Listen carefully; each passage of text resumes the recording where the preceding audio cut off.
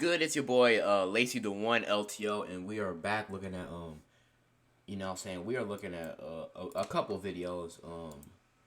Today I want to be talking about like bodybuilding and react, kind of like, you know what I'm saying, like reacting to it. It's like I always skip those bodybuilders that took it too far. So all right, you know what I'm saying? Let's get into it. Oh fuck. Alright. No. Whoa. Chill. Bodybuilders always look like $1,000,000 and train True. super hard day and night to get their dream body. But some Aight. become so addicted to winning and looking their best that they're willing to pay any price for it. Here are 10 such people who took bodybuilding way too far. Before we start, don't forget to hit that like button. Also, subscribe to our channel so you won't miss any of our videos. Let's begin. Number 10. Dean Warmby, a very famous British bodybuilder. He don't look super bad. He don't look super like messed Dean up. Warmby was headstrong about turning his body into an absolute masterpiece. Alright. He definitely treated each muscle like a holy scripture that had to be studied thoroughly. But his pursuit to the perfect body had a very tragic end. At the peak of his career, Dean Warmby looked super fit and the best that any bodybuilder could look. He doesn't look too bad, but like it usually happens when they be taking like steroids and PEDs, you know what I'm saying, the drugs. That can really, that's the downfall of most like bodybuilders though. Because they be taking all these PEDs and drugs and stuff. Now I know not every bodybuilder takes them, but it's like, I think a good amount do. But it all came at a heavy price. Why? Warmby was consuming 10,000 calories a day to bulk up and was having approximately 8 cans of energy drinks daily. He was practically too much. That's too much energy drinks, bro. Your body should be. You shouldn't even be drinking a lot of energy drinks for a while. living on pizzas, burgers, and sandwiches. Unfortunately, He was doing the dirty bulk. He was living off pizza, burgers, and sandwiches. You can gain a lot of weight fast, but yeah, it's too much grease and cholesterol. his glory days couldn't last long as Warmby developed various tumors in his liver which were later discovered to be malignant. He developed liver cancer at a very young age due to heavy anabolic steroid usage and an unsupervised diet intake. All this look what I was diet and talking about, steroid bro. abuse dragged Warmby to his deathbed and he passed away at a young age of 39 in 2015. He looked extremely frail and weak before passing away, and one could never imagine him as the big, buff bodybuilder he once used to be. Number 9. Alright. Andreas Munzer. Andreas Munzer was a very well-known professional bodybuilder who hailed from Austria. Being an avid admirer of his very famous fellow countryman Arnold Schwarzenegger, Munzer came into bodybuilding at a very young age. And at that young age, he was ready to do whatever it took to be the best, even if it meant abusing performance-improving You see, that's what I'm talking about, bro. The abusing the drugs, the PEDs, the steroids, especially at like a younger age. This is why it happens, bro. Stuff like this happens, bro. They be abusing this to get super strong, super big, and it comes back to bite them, bro. drugs. Andre Munzer was known to use an immense range of drugs which included insulin, potassium-sparing drugs, exogenous testosterone, and growth hormones. Damn, look at this nigga. Bro. His shoulder has like 5 lines in it, bro, nigga. Along with other diuretics to get him in my shape eyes for the hurt, bro. competitions. My eyes. Munzer successfully achieved brilliant feats of leanness and muscle definition, but it all came at a very heavy price. To get the perfectly lean body, this Austrian professional bodybuilder sacrificed a lot and was famously known for having 0% body fat. After his last bodybuilding competition, Andreas complained of a severe stomach pain and was quickly rushed to a hospital.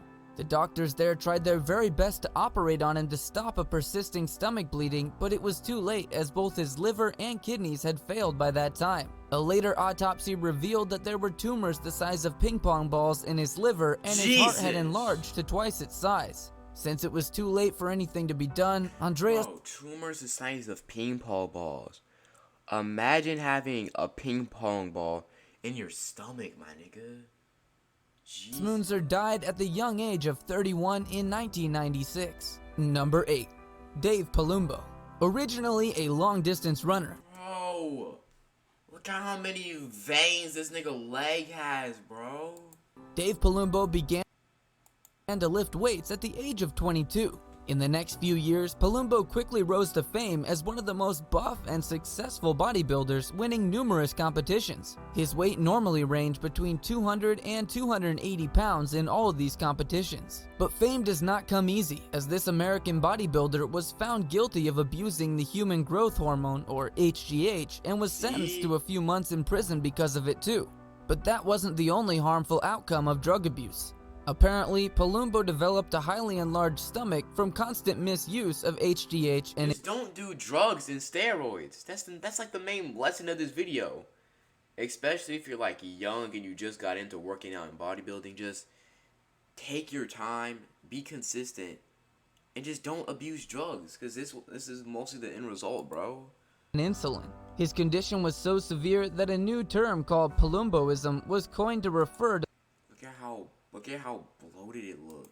the people with flattened arms and a swollen midsection. Exactly, Dave Palumbo bro. fortunately came This does not look good, bro. Now is the time to connect That at nigga Fitness Connection. That nigga is not healthy, bro. Connect with a community that motivates you. Connect with classes that came to terms with his problematic condition and reformed his life by quitting drug abuse and adopting a healthy lifestyle. Okay. He is now a very successful owner of a supplement company called Species Nutrition. Alright. Number 7. See, happy ending, bro. Good ending. That's the good ending, bro. Good Mike shit. Matarazzo. Michael Richard Matarazzo, also famously known as Big Guns, was an That American nigga's IFBB veins. professional bodybuilder. He had an intense passion for bodybuilding and, like the name Big Guns These niggas look like they're covered in oil, my nigga. suggests, Look at the he had 20 glistening, bro. He got that motherfucking goat. He got the thick ass Goku neck, bro.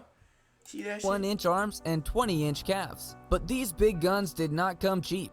In order to get bigger by the day, Mike Matarazzo followed a ridiculous diet, which included consuming 5 to 7 pounds of red meat. Damn. Look at why the calves jawed out like that, bro. Why it look kind of small though? Like, I don't know if it's because the rest of his body is big as hell, so it just like looks smaller here. But like, I don't know, bro. But damn. Every day, and no vegetables at all. He didn't consume any fruits either, as he was afraid of their sugar content. You always gotta eat fruits. Always have meat, fruit, vegetables, and grains, and drink a lot of water, bro. That's the thing, bro. And to add more fuel to Awesome the shit. fire, he was also on steroids, growth hormones, and diuretics. Due to his constant drug abuse and insane dietary patterns, he suffered from various heart problems and had an open heart surgery to fix terribly clogged arteries. Once retired, Mike Matarazzo spoke openly about the dangers of abusing steroids and other hormonal drugs, saying he wished he'd gone easy on them, and it all proved to be very true when he died from a heart attack at the age of 48. Number 6. Greg Damn, Kovacs. R.I.P.. It's not every day that you come across a bodybuilder who weighs around 400 pounds, even during off-season. Standing at 400 pounds? So that's a big ass nigga. Look at the traps. He got, look at the traps. 6 feet 4 inches. Greg Kovacs was a humongous bodybuilder from Canada who weighed as much as 420 pounds during the off-season. His chest measured at 70 inches and arms were 25 inches, while his quad measurement was a whopping 35 inches. He was also known to be able to bench 700 pounds for 2 reps and could do a leg press of over 2,000 pounds. Such unbelievable muscle definition and amount of muscle mass is not something that can be pulled off by everyone. It's past the limits of an average person, and achieving this shape definitely takes its toll on the human body. Kovacs was found guilty of abusing anabolic steroids and growth hormones. He was also thought to have been blackmailing the owner of a nutritional supplement store. Greg Kovacs, however, met his untimely demise in 2013 due to heart failure. Number 5. Mustafa Ismail. Bro, look at this is like what happens when you inject synthetic. His forearms don't even look that big. It's what happens when you, at least compared to the bicep, it's what happens when you like inject synthetic oil into your arms. It's what happens when you inject synthetics into your arms, my nigga.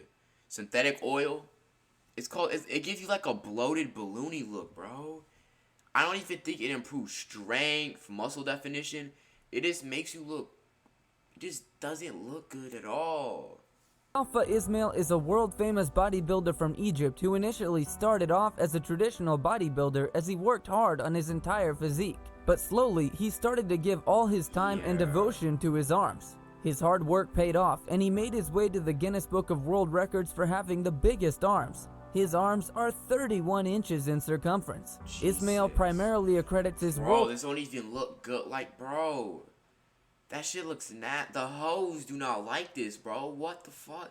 This nigga got a motherfucking planet in his arms, bro. God record-forming damn. arms to good genetics, but it comes as no surprise to us that it's not just due to what his mom and dad and an intense workout routine gave him. Mustafa Ismail has been known to inject synthol, which gave his super buff Popeye-like arms. He was also synthol. consuming 7 pounds of protein daily. Ismail has been lucky to have only suffered. Bro, what the fuck is this, bro? That shit, bro, it's like good.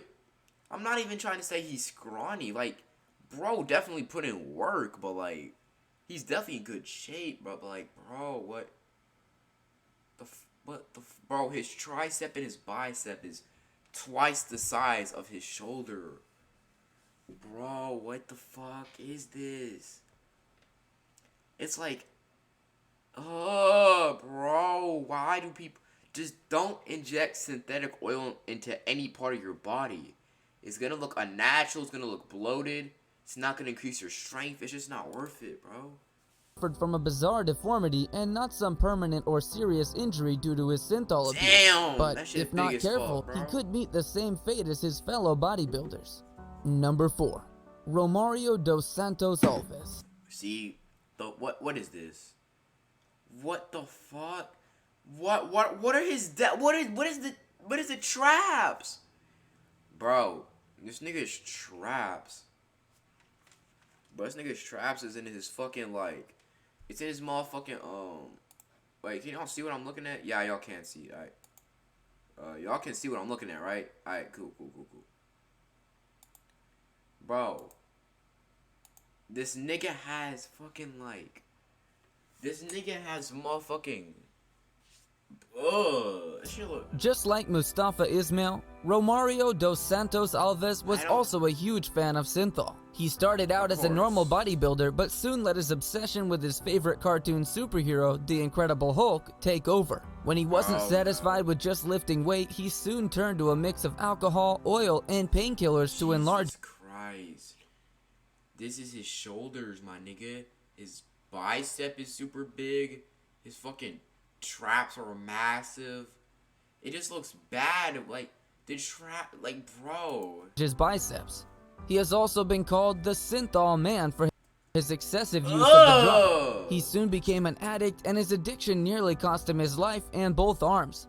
His arms became rock solid due to regularly injecting synthol, and he had to get veterinary syringes as the regular ones wouldn't fill in his arm. His arms then blew up to outrageous proportions, and it was said by doctors that all the muscle in his arm was nothing but rocks of synthol. Talk about being This nigga had a jetpack in his literally shit. built like a rock. Fortunately, the synthol rocks were removed on time, and his arms were saved from being amputated. Good. Number 3. Daniele Seccarecci. Daniele Seccarecci was an Italian bodybuilder who weighed approximately 300 pounds during the in-season. With this weight, he had the privilege of holding the Guinness Book of World Records for the heaviest competitive bodybuilder for the year 2010. His biceps were also measured at 55 centimeters across. But similar to the experience of his fellow bodybuilders, this physique came at a price. Daniele Seccarecci is said to have had a super tough exercise routine accompanied by 6 to 7 separate meals a day. This could not have been possible without a cocktail of dietary supplements, aka steroids and drugs. He also served some time in prison after being accused of illegal steroid marketing. But as his body had already started acting up due to all the drug abuse with effects such as severe water retention, he was allowed to serve the rest of his time at home. There, he died at the age of 33 due to a heart attack. Number 2. Anthony D'Arezzo. This award-winning American bodybuilder looked like $1 million just before his untimely death, but at what cost? Despite having a bachelor's degree in health sciences, Anthony D'Arezzo was willing to do whatever it took to get the best, most buff body out there. I gotta spit.